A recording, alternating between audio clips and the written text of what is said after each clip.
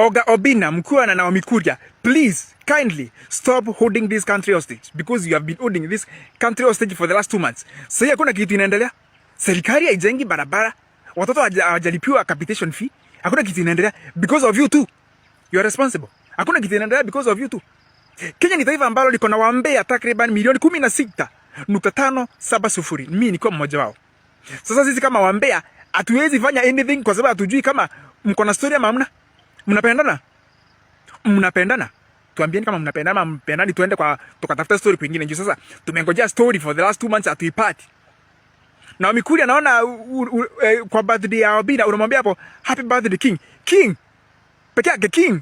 Na Mikuria King pekee yake, hakuna kitu kingine unaweza sema. Wewe sema my king. Obina na yeye naona anachukua na Mikuria anampandisha hapo kwa gari akimwambia isiji look nice nini nini. Alafu atujui mlienda wapi? Did you do anything kwenye mlienda?